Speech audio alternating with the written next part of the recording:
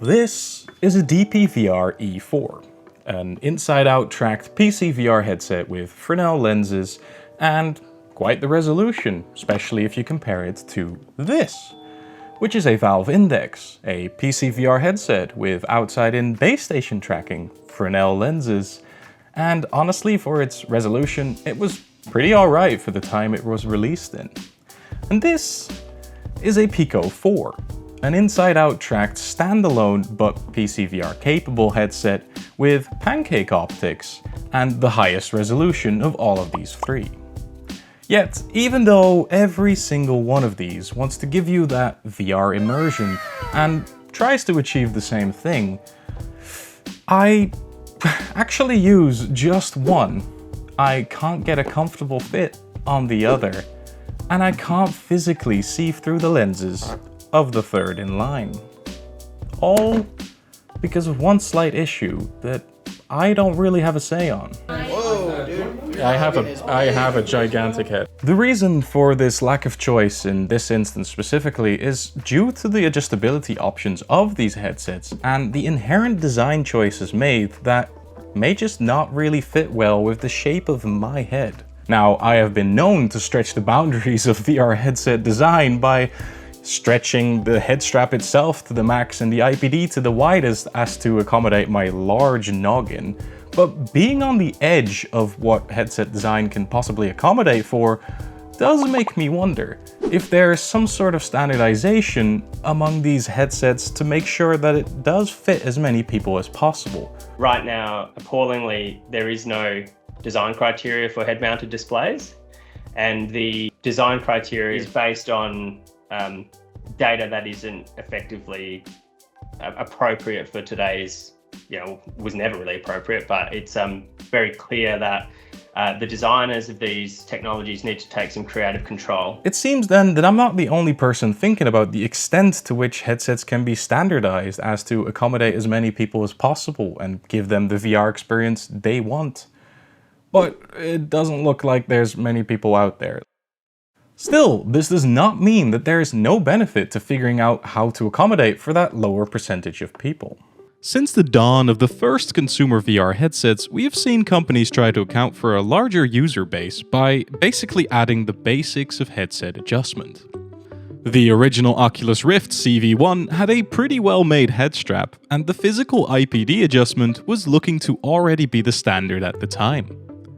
But this was in a time when VR was even more niche than it is now, and you wouldn't have a huge amount of users to accommodate for. Nowadays, companies strive to make headsets standalone as to make sure they can reach a wider and newer audience for the VR market. But with this comes a huge amount of new users that can vary physically even more than before. There will be more people out there with huge bowling ball heads like mine that still want to be able to choose from a variety of headsets. And with some companies deciding to opt for no lens movement at all, it makes me wonder if we are heading in the right direction.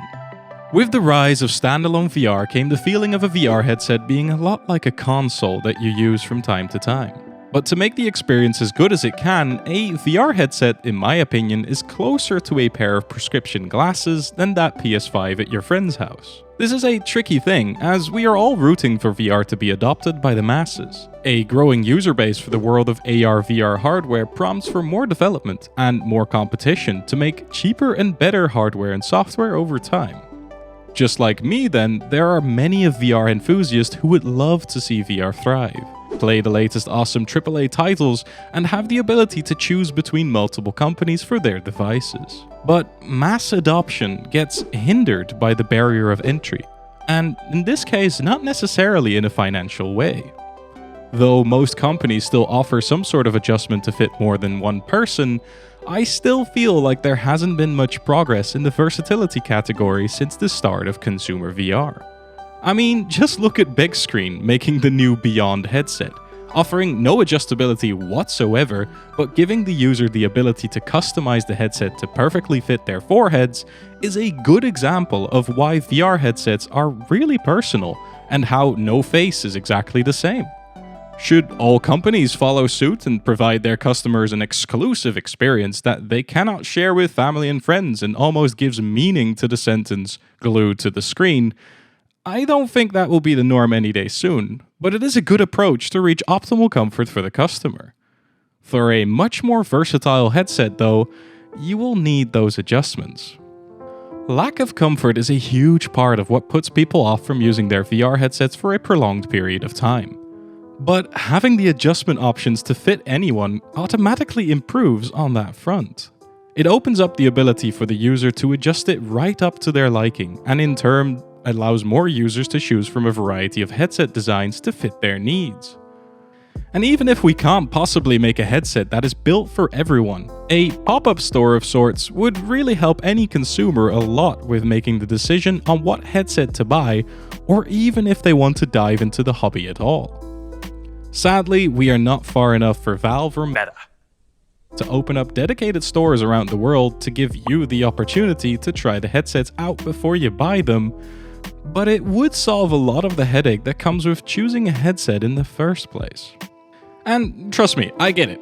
I know that I'm saying this around a time where VR is still pretty damn niche, but with companies like Samsung and Apple recently reaching out deeper into the scary dark world of HMD design, and I think it's just a good idea to start thinking about ways to prepare for this dream of mass adoption, even if it is just letting people try before they buy. Until this can even be remotely possible, building on an industry standard of headset adjustment, or even just agreeing on the fact that lenses should move physically, seems like a good idea compared to what in my opinion seems like a bit of a step back. It's crazy to me that a headset from 2016 allows for larger and more different heads than a headset that costs 3 times as much today. And it sucks that we have to pay and pray when we order headsets and have to rely on other people's experiences to even see what the bloody thing looks like on their heads. Let alone if you order one, it could very well be that you just don't fit it physically, or the experience is absolutely not the same as you thought it would be. Third-party developers can create interfaces and head strap for days, but it doesn't change the inherent designs of these headsets, and if you can't see through the lenses, Whoa, dude. I don't see anyone saving me from that.